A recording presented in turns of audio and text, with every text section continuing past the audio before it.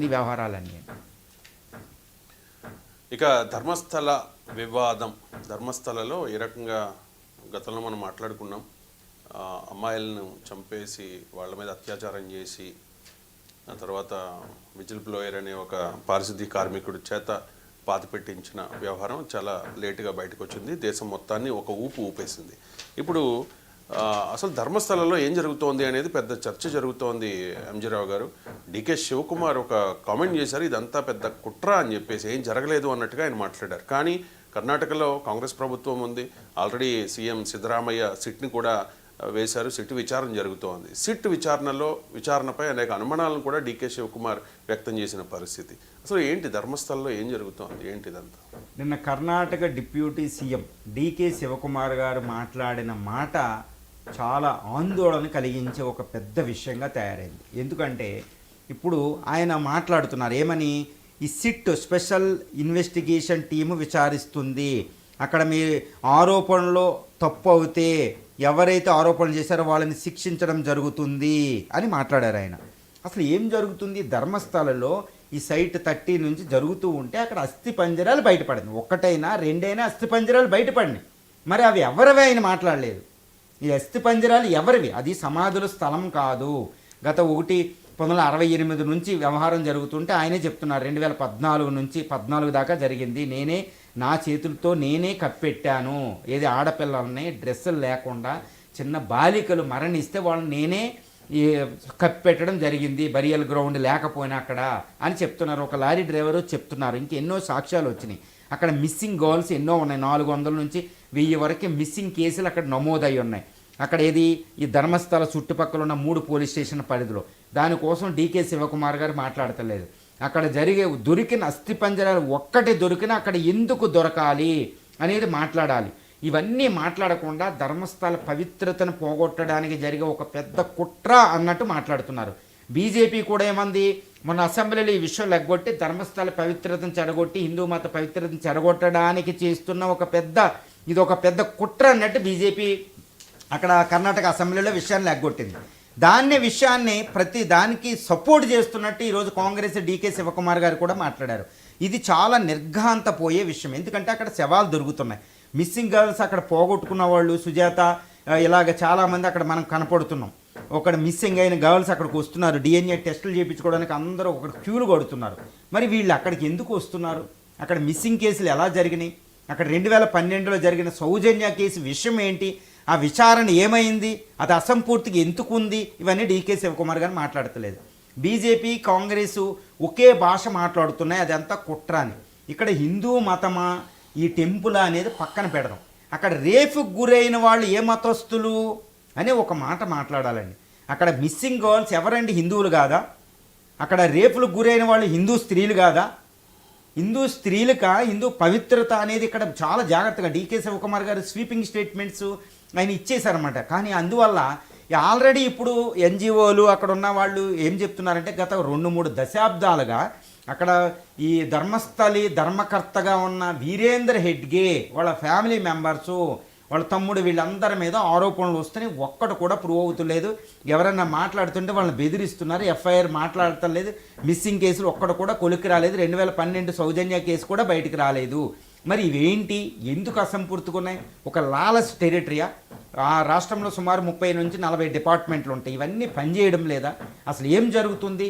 ఇక్కడ ధర్మస్థల పవిత్రత కోసం మాట్లాడతలేదు. ధర్మస్థల అనే పేరు కాబట్టి మాట్లాడుతున్నారు. గురైన వాళ్ళు ఎవరు? హిందూ స్త్రీలే ఉన్నారు కదా. అందులో హిందూ స్త్రీలు మరణాలు సంభవించవచ్చా? అక్కడ హిందూ మతమా, ఇస్లాం మతమా, ఈ జైన మతమా, ఇవన్నీ క్వశ్చన్ కాదండి. ఒక స్త్రీ అనేది ఒక మానవతా దృక్పథంతో చూడాలి. ఒక స్త్రీ భయానకమైన పరిస్థితుల్లో ఒక బాలిక, ఒక 14, 12 సంవత్సరాలు, 8 సంవత్సరాలు ఉన్న బాలికలు మిస్ అయ్యి ఘోరాతి ఘోరంగా 2-3 రోజులు భయంకరమైన హింసకి, భయంకరమైన రేపులకు గురయ్యి వాళ్ళని చంపేసి బతుకుండగానే కాపలా పెట్టి వాళ్ళ పీకులు, అవయవాలు అన్నీ దారుణమైన జరుగుతుంటే ఆ విషయం ఏ మతస్థుడైనా కృంగదీసే విషయం. ఇక్కడ హిందూ మతం అని ఎందుకు వస్తుంది? మత ప్రసక్తి ఎందుకు వస్తుంది? ఆ ధర్మస్థలంలో ఉన్న అసలు ఆయన ఆరోపణ వచ్చినప్పుడే నిజంగా ఆయన ఆరోపణ ధర్మస్థలం మీదకి వెళ్ళకూడదంటే ఆయన రిజైన్ చేసి ఉండాలి. ఆయన రాజ్యసభ స్థానాన్ని దింపాలి. ఇది ప్రజలు కోరుకునేది. మనందరం చూస్తూ ఉంటాం. ఇప్పుడు ఆల్రెడీ ప్రజలు భయపడిపోతున్నారు. ఈ సిట్ వేశారు, స్పెషల్ ఇన్వెస్టిగేషన్ టీము. ఎన్ని సిట్లు విఫలమయ్యలేదు? ఒక మాలేగావు, ఒక టెర్రరిస్టు 2008లో ముంబై దాడులు చేసిన టెర్రరిస్టులు ఇన్వెస్టిగేషన్ సరిగ్గా చేయలేక వాళ్ళందరూ రిలీజ్ అయ్యారు ఈరోజు. చాలా ఘోరంగా ఉన్నాయి. సో స్పెషల్ ఇన్వెస్టిగేషన్ టీము విచారణ సరిగ్గా జరుగుతులేదు అనే దాన్ని బట్టి ఈ సిట్టి ఇప్పుడు శివకుమార్ గారు మాట్లాడే దాన్ని బట్టి అనుకుంటున్నారు ప్రజలు. అంటే సిట్టి విచారణ సరిగ్గా జరగదు, ఇది మ్యానిపులేషన్ జరుగుతుంది, ఈ విచారణ కూడా కొనసాగదు, ధర్మస్థలి మళ్ళీ అలాగే సమాధి అయిపోతుంది ఈ మతం పేరు చెప్పి, కాబట్టి వీళ్ళందరూ ఒకటి అయిపోతారని ప్రజలు విచారం వ్యక్తం చేస్తున్నారు.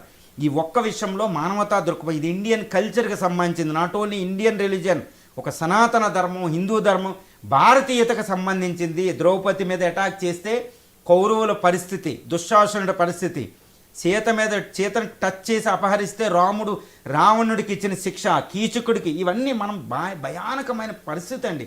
ధర్మస్థలతో షేక్ అయిపోయామన్నమాట. ఈ ధర్మస్థలి విచారణ కోసం ఆయన పారిశుద్ధ్య కార్మికుడు బయటకు వచ్చి చెబితే ఈరోజు డీసీకే శివకుమార్ గారు మాట్లాడేది ఏంటంటే, ఎవరైనా తప్పుడు ఆరోపణ అయితే పనిష్మెంట్ అంటే సాక్షులు రావద్దని చెప్తున్నారైనా అనేది ఒక పెద్ద క్వశ్చన్ అవుతుంది. అసలు ఇప్పటికే దొరుకుతున్న శవాలు దొరికినాయి, మరి వీళ్ళు ఎవరి, ఈ అస్థిపంజరాలు ఎక్కడి నుంచి తెచ్చారు అనేది ఒక పెద్ద విషయం. అంటే ఏంటి, ఒక ఆర్గనైజ్డ్ క్రైమ్ అక్కడ ఉందా, అవయవాలు దొంగతనం ఉందా, బలులు ఇస్తున్నారా, భయంకరమైన మిస్సింగ్ గర్ల్స్ని రేపులు చేసి చంపే ఒక పెద్ద ఆర్గనైజ్డ్ క్రైమ్ ఉందా, అసలు మిస్సింగ్ గర్ల్స్ చాలా వ్యవహారాలు జరుగుతూ ఉంటాయి. ఏమవుతుంది ఇంత పెద్దటి వ్యవహారాన్ని ఎక్కడికక్కడ కప్పెట్టడానికి ఏమన్నా ప్రయత్నం జరుగుతుందా? అందువల్ల ఏంటంటే ఇక్కడ ప్రజలు కోరుకునేది ఏంటంటే సిట్ విచారణ ప్రజలు నమ్మే పరిస్థితులు లేదు. కాబట్టి ఒక సిట్టింగ్ జడ్జ్, అక్కడ ఒక హైకోర్టు, ఒక సుప్రీంకోర్టు మాజీ జడ్జి అంటున్నారు కూడా, ఒక సిట్టింగ్ సుప్రీంకోర్టు జడ్జి ఆధ్వర్యంలో విచారణ జరగాలి. ఇక్కడ సిబిఐ కూడా ఇన్వాల్వ్ అవ్వాలి, అందరూ ఇన్వాల్వ్ అవ్వాలి, ఎన్జిఓ ఇన్వాల్వ్మెంట్ కూడా ఇది ఉండాలి, ప్రతి ఫుల్ ప్రూఫ్ సిస్టమ్ ఉండాలి, అక్కడ ఫుల్ సెక్యూరిటీ ఇప్పటికే ఉండాలి. ఆల్రెడీ అక్కడ ఉన్న శవాలను ముందే తొలగిస్తే ఎన్ని జరుగుతున్నాయి. సో సిట్ విచారణ సరిపోదు, పెద్ద విచారణ కావాలి అనేది ఈరోజు డీకే శివకుమార్ గారి మాటల్లో మనకు తెలుస్తుంది. బీజేపీ అంటే టెంపుల్ పవిత్రత పోగొట్టడం ఏంటండి, అసలు టెంపుల్ పవిత్రత కూడా ఏంటి? రేపైన స్త్రీల కోసం మాట్లాడుతున్నాం, టెంపుల్ పవిత్రత కాదు, టెంపుల్ పవిత్రత ఎవ్వరూ పోగొట్టలేరు. ఈరోజు మహాశివుడు పార్వతీదేవి బాధపడి ఇవన్నీ బయటకు తెస్తున్నారు వాళ్ళు.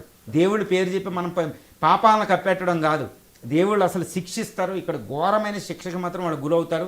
ఇది కాపాడిన వాళ్ళు జన్మజన్మలు కొట్టుకుపోతారు అన్నట్టు ఉంటుంది మన హిందూ ధర్మంలో కర్మ సిద్ధాంతాలు ఇవన్నీ. కాబట్టి ఇక్కడ పవిత్రత ఇంపార్టెంట్ కాదు, అక్కడ శిక్షకు గురయ్యి భయంకరమైన రేపులకి మర్డర్లకి గురయ్యి బతికుండగానే శవాల దెబ్బలుగా మార్చిన వాళ్ళు శిక్షింపబడాలి. అది ప్రజలు కోరుకునేది, దేశం కోరుకునేది, ప్రకృతి కోరుకునేది. అక్కడ మంజునాథుడు పార్వతీదేవి కోరుకునే వ్యవహారం కూడా ఇదే. కాబట్టి ఇది టెంపుల్కి పవిత్రతకు ముడిపెట్టకుండా విచారణ కొనసాగాలనే ప్రజలందరూ కోరుకుంటున్నారు. Right, thank you so much Anjirao garu, చాలా అంశాలకు సంబంధించి చాలా డీటెయిల్డ్గా విశ్లేషణ అందించినందుకు. ఇది